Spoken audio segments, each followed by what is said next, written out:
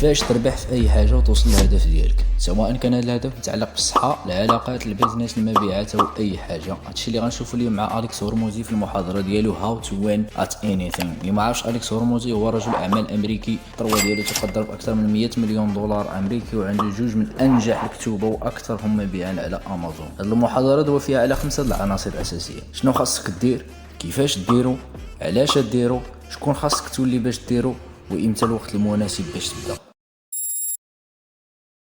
شنو خاصك دير؟ السؤال بقدر ما كيبان لك سهل ولكن صعيب في نفس الوقت. داكشي علاش نستعملوا واحد التقنيه كتسمى انفيرجن، اللي كتعني تعكس الحاجه. كتستعمل هاد التقنيه حيت سهل على عقولنا تلقى المشاكل على انها تلقى الحلول. داكشي علاش بلاصه ما تصور راسك شنو خاصك دير باش تولي ناجح في واحد الحاجه اولا واحد المجال، سولو شنو ما خاصكش دير واللي كدير واللي غيضمن انك غتفشل في ديك الحاجه اللي باغي تنجح فيها. وبدا تقيد في دوك المشاكل اللي كيطيحوا لك، مثلا ما تتصبرش اولا ديما معطل اولا ما كديرش الحاجه في وقتها، وطبق عليهم ديك التقنيه وعكسهم. الا كنتي ما تتصبرش فخاصك تولي تصبر، ديما معطل خاصك تولي تحضر في الوقت، ما كديرش الحاجه في وقتها خاصك تولي ملتزم. يعني حنا عارفين كيفاش نربحوا حيت اصلا عارفين كيفاش نخسروا. دابا ولينا عارفين شنو خاصنا نديرو ولكن ما عارفينش كيفاش نديرو ليه. داكشي علاش ندوزو للفقره الثانيه واللي كندويو عليها على كيفاش نديرو.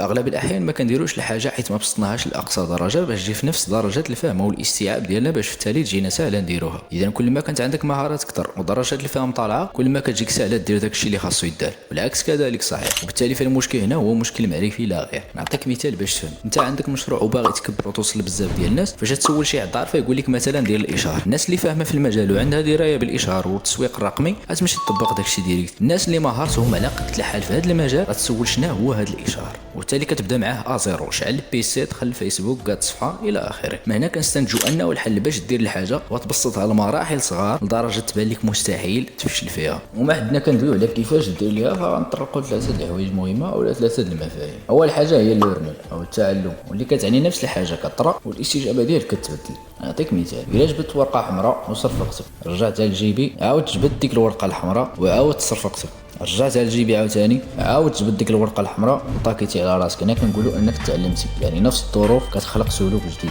المفهوم الثاني هو الذكاء، هو السرعه اللي كتبدل بها رد الفعل ديالك. شحال من مره جبدت ورقه وصرفقتك باش تعلم، وشحال من واحد انا كيسحب ليه راسو دماغ ومع ذلك يسالي الفيديو ويرجع لنفس البيئه ونفس الظروف وما غيبدلش السلوك ديالو. المفهوم الثالث اللي عندنا هو الثقه، وهي نسبه الايمان اللي عندك في المهاره ديالك في واحد المجال. خلينا نقول لك ان الثقه نسبيه، يعني تقد تكون لاعب كره واثق من راسك ولكن ماشي واثق من راسك في مجال البيع والشراء. ببساطه السبب راجع لعدد المرات اللي درتي فيها نفس النشاط او الفعل. كل ما لعبتي كره بزاف راه الثقه ديالك في هذا المجال كتكون طالعه، وباش توصل للثقه المطلقه في واحد الحاجه بقى ديرها تيجيك منها الملل.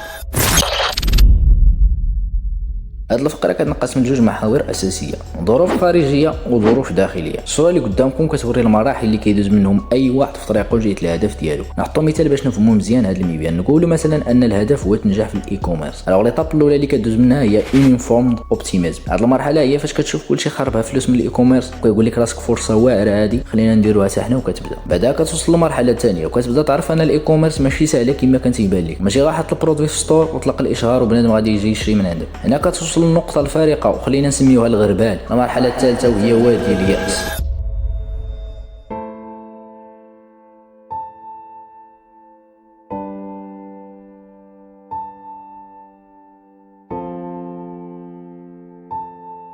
هنا فين كتبدا تفكر فينا هو المعنى في هذه الحياه. حتى حاجه ما كتصدق ليا، واش فعلا هادشي اللي باغي ندير، نصبوا عليا، ما عطاونيش راس الخيط. وكتبدا تعطي راسك اعذار حيت اسهل من انك تلوم راسك وتبدا تفكر كيفاش تخرج من السيتوياسيون اللي انت فيها. والاغلبيه كينسحب وكيعاود نفس لي زيطاب في مجالات اخرى.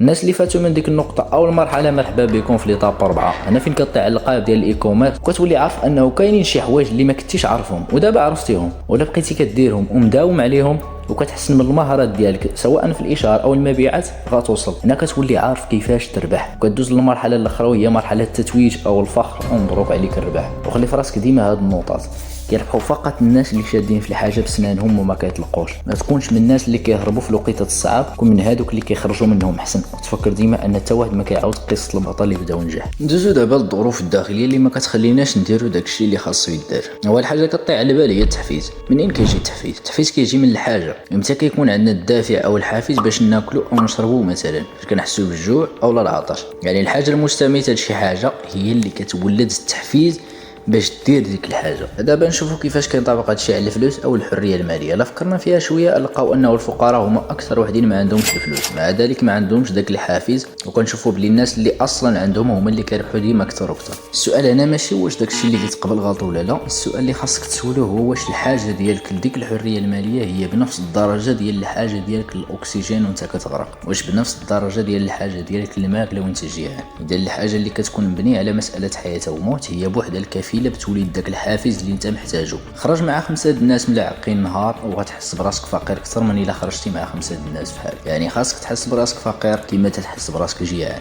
ونقطه اخرى، الحريه الماليه ما عندها حتى علاقه بالجنس او العرق او حتى نسبه الذكاء ديالك، عندها علاقه فقط بالبلاصه فين تزاديتي، او بمعنى اخر المحيط ديالك. حنا بطبيعتنا كبشر كنقيسوا راسنا بالناس اللي دايرين بينا وكنحاولوا نكونوا في نفس النيفو معاهم، حيت هادشي كيخلينا نحسوا بالراحه. نرجعوا للهضره اللي قلت لك على فاش كتخرج مع 5 الناس لاباس عليهم، الناس اللي فايتينك في النيفو. ديك اللحظه كتغير المقياس اللي كتوزن به راسك وكتطلع لورا بعيد، وهكا كتمشي الراحه وكتجي بلاصه الحاجه اللي انت محتاجها باش توصل للنيفو جديد اللي حطيتيه لراسك. داكشي علاش من ديما كتسمع باهميه المحيط اللي داير بك، حيت قاد يبدلك اكثر من اي فيديو او اي كتاب. الا بغيتي يولي عندك الحافز اللي محتاجه، بدل الناس اللي كتقارن راسك معاهم واللي قارن راسك مع الناس اللي باغي فعلا تولي بحالهم، ولا قارن راسك بالشخص اللي باغي تولي من هنا لقدام.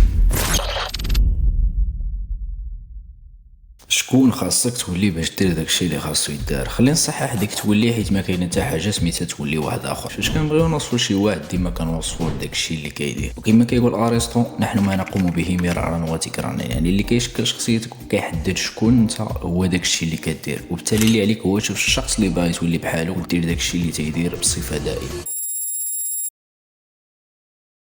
امتى الوقت المناسب باش نبدا؟ ما مساليش ولا ما عندكش الوقت، ولا خاصك هاد الحاجه ولا ديك الحاجه، هي كلها اعذار. وحدك ما غديرش اللي خاصو يدار في اسوء الظروف، ما عمرك غديرو في وقيته احسن. ذكي مشغول وحازق ما يمكنش يكونوا فيك بثلاثه. الا كنتي ذكي ومشغول فراه مستحيل تكون حازق. الا كنتي ذكي وحازق فراه باينه ما عندك ما يدار، ولا كنتي مشغول وحازق فراه كدير في الحوايج الغالطين. دابا نجاوبوا على السؤال، افضل وقت تبدا فيه هو الوقت اللي تبغي تحقق فيه الهدف ديالك. مازال عاقل الفقره فاش دويت على التعلم والذكاء. اذا دابا ما حدك عارف شنو خاصك دير وكيفاش ديرو، دابا الباقي عليك نشوف واش تعلمتي شي حاجه ولا لا.